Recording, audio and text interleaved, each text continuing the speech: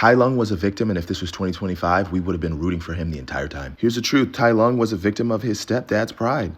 A victim of the fact that the culture doesn't even have to describe to you when it's not going to give you a job. Him as a child, being raised, his dad's looking at him like, bro, you're the greatest. Seriously, no one will ever be able to beat you in a fight. You are going to be the next Dragon Warrior. There's no way around it. Bro trains harder than anyone in the world, gives it everything he has, becomes number one. It's not even close. Shows up to the job interview fully prepared. His boss standing next to his boss's boss, waiting to find out that he's going to be the new ambassador.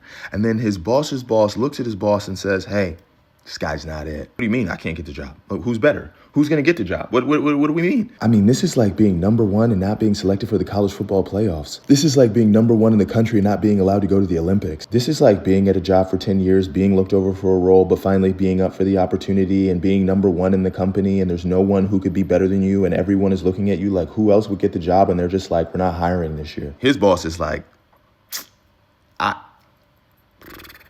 Ty's like, just let me see the scroll then. Show me why I didn't get the job. Nah, bro, you don't get to see the scroll. You think if he had seen this, they would have been maybe a different decision made? So what does he do? What any Gen Zer would have done? He burned the Capitol down. He believed there needed to be a regime change because it was clear that nepotism was the driving force. And clearly they shut the social media off because we've never even seen anything from Tai Lung's perspective, only from everybody else's. Tai Lung at his core was really just a disenfranchised Gen Z Napoleon protester who just didn't have a whole team with him because he by himself could burn the entire Capitol down. And how did they make sure that we thought he was evil? By setting him up as a super predator from the first scene. But as we say in Western culture, when the kids pulled up to your doorstep and said, let me see those hands because you told me if I had the best hands that I would be the next Dragon Warrior, let's fight for it, we were somehow supposed to think that he was evil. And it's not until this moment when bro finally admits to the fact that he created him this way, that he set the whole thing up, and that it is all his fault for building him into the person who wasn't ready to be the Dragon Warrior.